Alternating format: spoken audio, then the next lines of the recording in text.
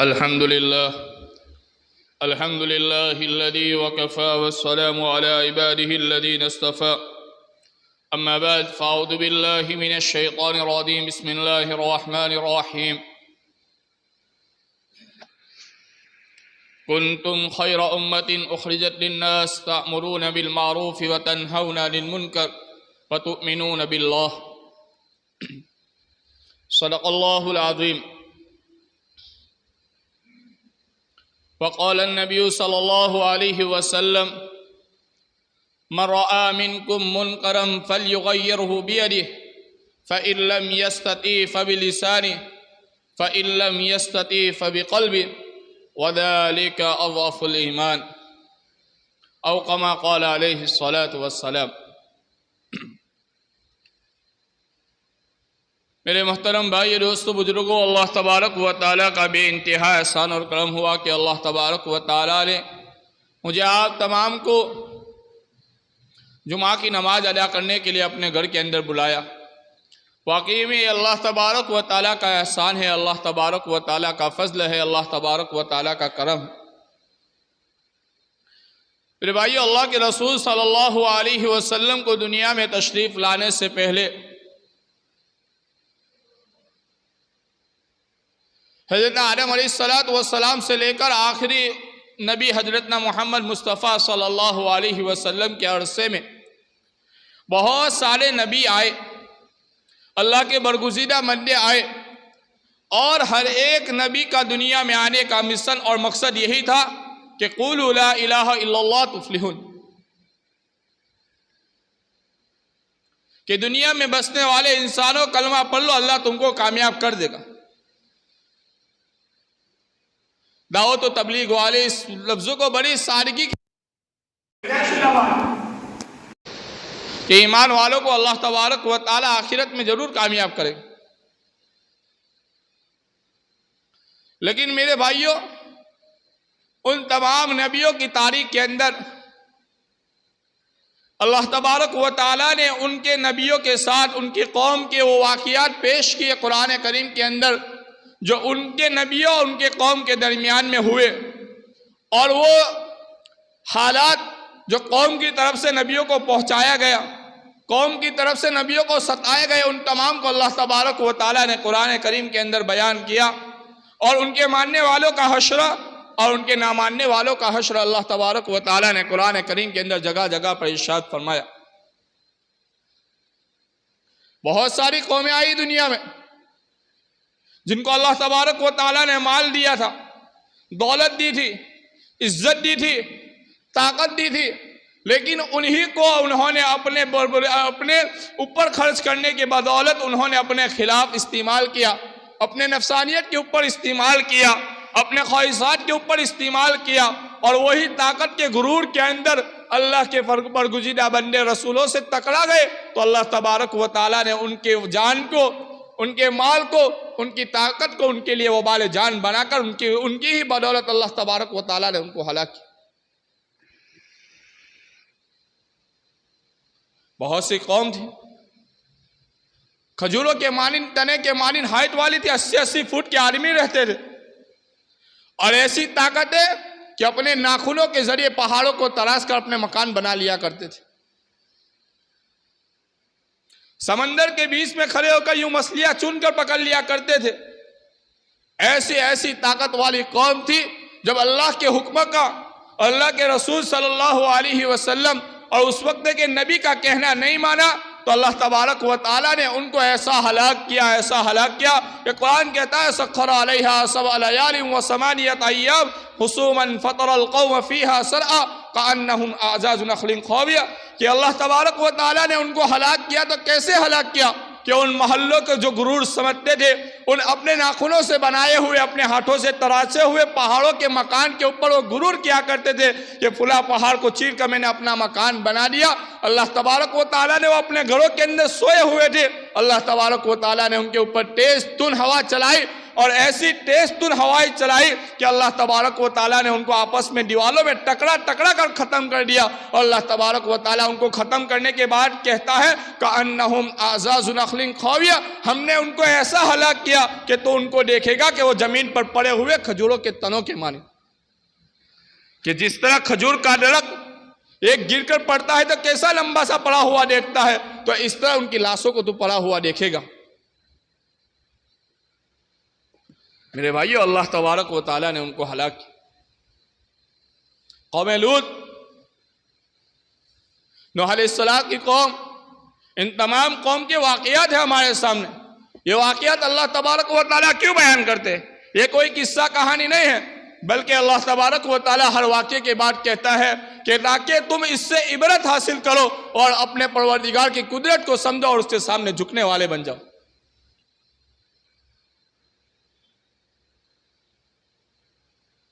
شعیب علیہ السلام کی قوم اللہ تبارک و تعالیٰ نے بڑے مال سے نوازا تھا، بڑے گھنے گھنے باغات تھے ان کے پاس. میرے بھائیوں، جب اللہ تبارک و تعالیٰ نے اور اللہ کے رسول صلی اللہ علیہ وسلم نے ان سے کہا کہ وَلَا تَلْقُسُوا الْمِقْيَالَ وَالْمِيزَانَ إِنِّي أَرَاكُمْ بِخَيْرِكُمْ، کہ میری قوم جس طرح تم پھلوں کے اندر کمی بیسی کر رہے ہو ناپ تول کے اندر، اس کو مت کرو. إِنِّي أَرَاكُمْ بِخَيْرِكُمْ، میں تم کو بہترین حالت میں دیکھ رہا ہوں کہ جس حال میں تم زندگی گزار رہے ہو یہ تمہاری بہترین حالت ہے. انہوں نے اس بات کو ماننے کے بجائے اپنی دلیل بیان کی، اپنی عقل مندی کا ظہور کیا کہ یہ ہر ایک کی بات نہیں ہوگی کہ ناپ تول کمی کر سکے، بلکہ یہ تو عقل مند اور چالاک اور چتر لوگوں کا کام ہوتا ہے. میرے بھائیوں، یہ بات اللہ تبارک و تعالیٰ کو ناگوار ہوئی، اللہ کے رسول کو ناگوار ہوئی. اللہ تبارک و تعالیٰ نے انہی کے باغات کو میرے بھائیوں ایسا اجاڑا کہ جن باغات کو جن پانی کے ذریعے وہ سیراب کیا کرتے تھے، وہی ڈیم کا پانی ان کے اوپر عذاب بن کر آیا. وہی ڈیم کے پانی نے ان کو ایسا ہلاک کیا، ایسے باغات بہہ کر لے گیا کہ اس کے بعد دیکھنے والے کو یہ تصور نہیں ہوتا تھا کہ یہاں کبھی باغات ہوا کرتے تھے. میرے بھائیوں، جب ان کو وہ اجاڑ دیا، ان کو بکھیر دیا کہ ان کے بعد آنے والا یہ تصور تک نہیں کر سکتا تھا کہ یہاں کبھی کوئی قوم رہتی تھی اور یہاں کبھی باغات بھی آباد تھے. میرے بھائیو، اللہ جب اجاڑنے پہ آتا ہے نا تو صفائے ہستی سے مٹا کر رکھ دیتا ہے. چاہے پھر کتنا بھی بڑا طاقتور ہو، کتنا بھی بڑا مالدار ہو، کتنا بھی بڑا غرور والا ہو، چاہے جو زمانے کا جون بھی ہو، لیکن میرے بھائیو جب اللہ تبارک و تعالیٰ اس کو جب اجاڑنے پہ آتا ہے تو اس کو صفائے ہستی سے مٹا کر رکھ دیتا ہے. فرعون کیسی طاقتور، بعض اسرائیلی روایتوں میں ہے کہ 400 سال تک اس کے سرد میں درد نہیں ہوا کب، لیکن اترانے لگا، اپنی طاقت کا غرور کیا، لوگوں سے کہنے لگا کہ انا ربکم الاعلی، میں ہی سب سے بڑا رب ہوں، مجھے سجدہ کرو. بہت ساری لمبے واقعات ہیں، لیکن جب دریا کے اندر ڈوبنے لگا، جب موسیٰ علیہ السلام کا لشکر پار ہو گیا اور فرعون بیچ دریا میں رہ گیا، جب اس کے سامنے دریا کا پانی مل گیا تو اللہ تبارک و تعالیٰ سے کہنے لگا ربی موسیٰ و ہارون، کہ اللہ میں موسیٰ اور ہارون علیہ السلام کے رب کے اوپر ایمان لے آیا، تو مجھے اس مصیبت سے نکال دے، تو مجھے اس پانی سے نکال کر مجھے کامیاب کر دے. وہاں پہ اللہ تبارک و تعالیٰ کا ایک جملہ ہے جو قرآن کریم کے اندر اللہ تبارک و تعالیٰ ارشاد فرماتے ہیں کہ ہاں فَالْيَوْمَ نُنَجِّيكَ بِبَدَنِكَ لِتَكُونَ لِمَنْ خَلْفَكَ آیَةً، آج کے دن ہم تجھ کو نجات دیں گے لیکن تیرے جسم کو خالی تیرے روح کو نہیں بخشیں گے، لِتَكُونُ لِمَنْ خَلْفَكَ آیَةً، تاکہ تو تیرے بعد آنے والوں کے لیے ایک عبرت بن کے رہ جائے. ہے آج بھی دنیا میں فرعون کی لاش، معلوم ہے کہ نہیں؟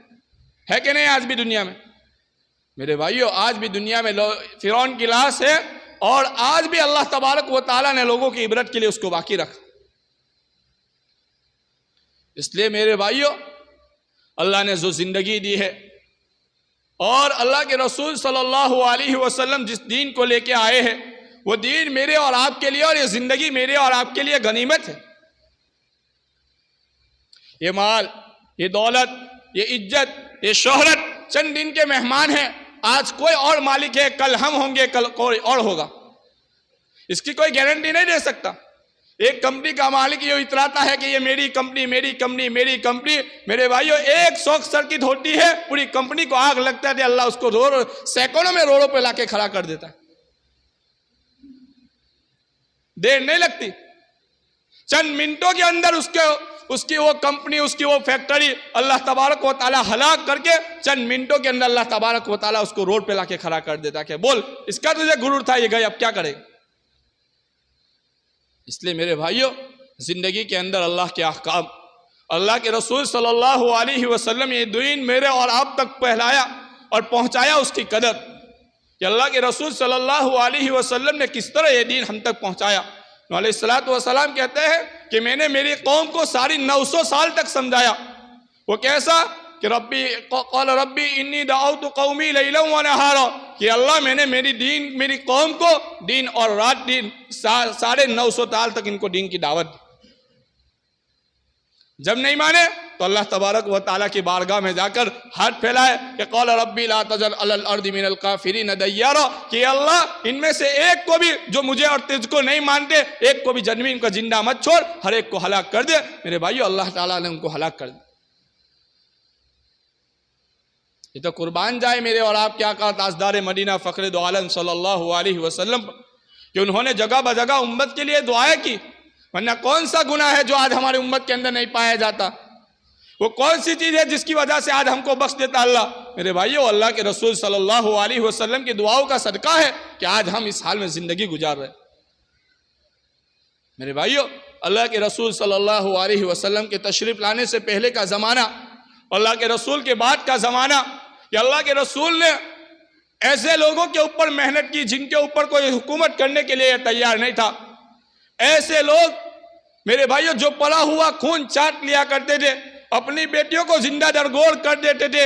ایک کے اونٹ سے پہلے کسی کے اونٹ نے اگر پانی پی لیا تو صدیوں تک اس کی لڑائیاں چلتی تھی. ایسے لوگوں کو اللہ تبارک و تعالیٰ نے اللہ کے رسول کو بھیج کر میرے بھائیوں ان کی ہدایت کے فیصلے کر دیے کہ وہ کامیاب ہو گئے زمانے میں. اور زمانے میں کامیاب نہیں ہوئے بلکہ ان کی کامیابی اللہ تبارک و تعالیٰ نے تا قیامت تک آنے والے انسانیوں کے لیے اللہ تبارک و تعالیٰ نے اپنے کلام پاک کے اندر بیان کر دی. یہ جو لوگ تھے کہ رضی اللہ عنہم ورضوا عنہ، یہ وہ لوگ تھے جن سے اللہ دنیا میں راضی ہو گیا تھا، یہ اللہ سے دنیا میں ہی راضی ہو کے چلے گئے. میرے بھائیوں اللہ کے رسول صلی اللہ علیہ وسلم کی زندگی اور اللہ کے رسول صلی اللہ علیہ وسلم کا دین پھیلانے کی محنت، جو اللہ کے رسول کی قرر تھی، فکر تھی. میرے بھائیو اللہ کے رسول صلی اللہ علیہ وسلم کی صحابہ کے وہ جانثار جماعت جنہوں نے دنیا کے چپے چپے میں جا کر دین پھیلایا اور یہ دین ہم تک پھیلا کر ہم تک پہنچایا. اور یہ دین آج تک دنیا کے تمام تر دینوں میں کچھ نہ کچھ تبدیلی ہو گئی، لیکن سوائے اسلام اور سوائے مسلمانوں کا مذہب جو اللہ کے رسول صلی اللہ علیہ وسلم کے زمانے سے جیسا تھا ویسا ہی آج مسلمانوں کے پاس باقی. وہ الگ بات ہے کہ ہم جانتے نہیں ہیں کہ ہمارا دین کیا ہے، ہماری تاریخ کیا ہے، ہم کس نبی کے کہنے اور سننے والے ہیں اور کس رب کو ماننے والے، وہ ہم بھول چکے.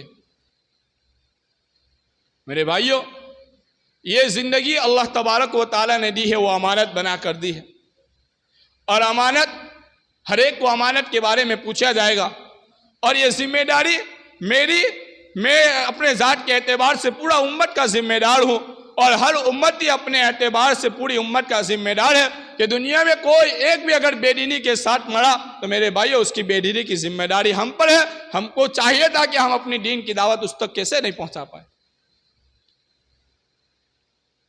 میرے بھائیو یہ کنتم خیر امت اخرجت للناس کا جو لقب ملا ہے وہ ایسے ہی نہیں ملا ہے، بلکہ حجۃ الوداع کے وقت صحابہ کو اللہ کے رسول صلی اللہ علیہ وسلم نے فرمایا بلغوا شاہدین من الغائبین، کہ جو تم تک جو دین پہنچا ہے وہ غائبین تک پہنچا دو. اللہ کے رسول صلی اللہ علیہ وسلم کے صحابہ نے، وہ جانثاروں نے ایسی محنت کی کہ دنیا میں چپے چپے میں جا کر دین پھیلا دی. یہ آج ہماری زندگیوں سے یہ دین نکلتا جا رہا ہے. میرے رفتہ آہستہ آہستہ یہ دین ہمارے زندگیوں سے رخصت ہو رہا ہے. ہمیں اس کا احساس تک نہیں ہے.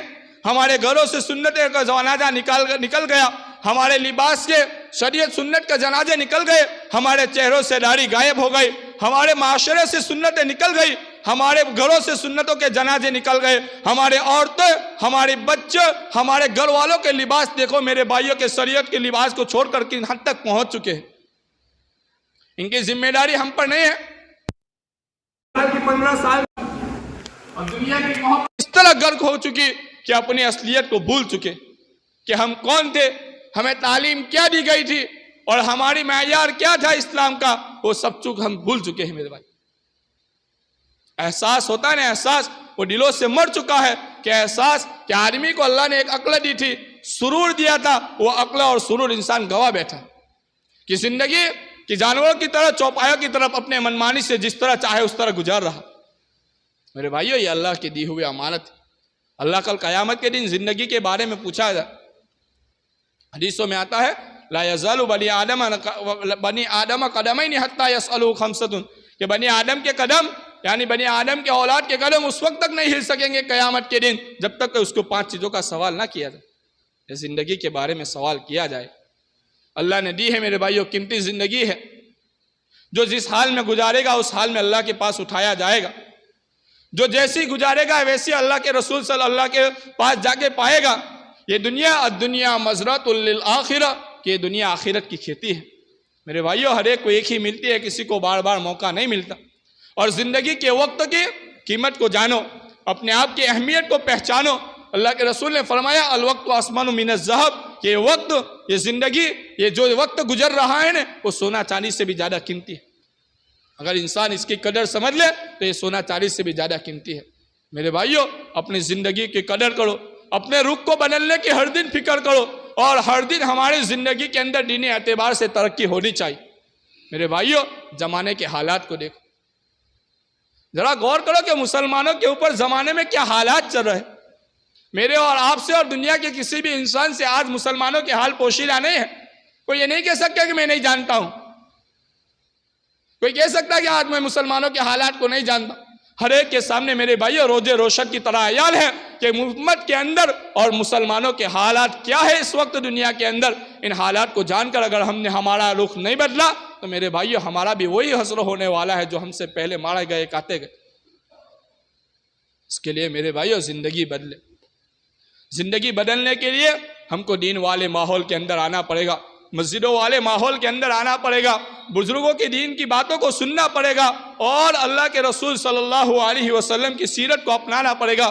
قرآن کے جو حکم ہے اس کو اپنی زندگیوں کے اندر لانا پڑے گا۔ میرے بھائیو، یہ تمام چیزیں ہمارے زندگیوں کے اندر آئے گی تو ہماری زندگیاں خوشحال بنے گی۔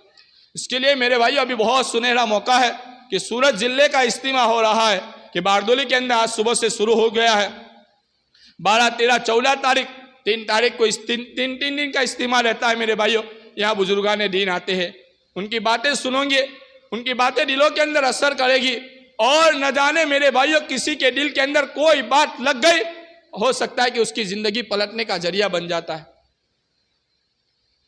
میرے بھائیو، جب ہمارے گاؤں کے اندر گزشتہ سال اجتماع ہوا تھا، وہاں پہ سب بیٹھے ہوئے پوچھ لینا کہ ایسے لوگ جن کے بارے میں کوئی کبھی زندگی میں تصور نہیں کر سکتا تھا کہ یہ بھی کبھی مسجد میں آئے گا، اس حال میں زندگی گزار رہا تھا، وہ بھی وہ اجتماع سے اللہ کے راستے میں گیا، اور آج تک مسجد کے میرے بھائیو عادی بنے ہوئے کہ اللہ نے ان بیکار زندگیوں میں سے، ان فاحشات والی زندگیوں میں سے، وہ گنہگار والی زندگیوں میں سے ایک اجتماع کی بدولت ان کو اللہ تبارک و تعالیٰ نے راتوں کو رونے والا بنا دیا اور پہلے سب کا مصلی بنا دیا، زندگی پلٹ دی۔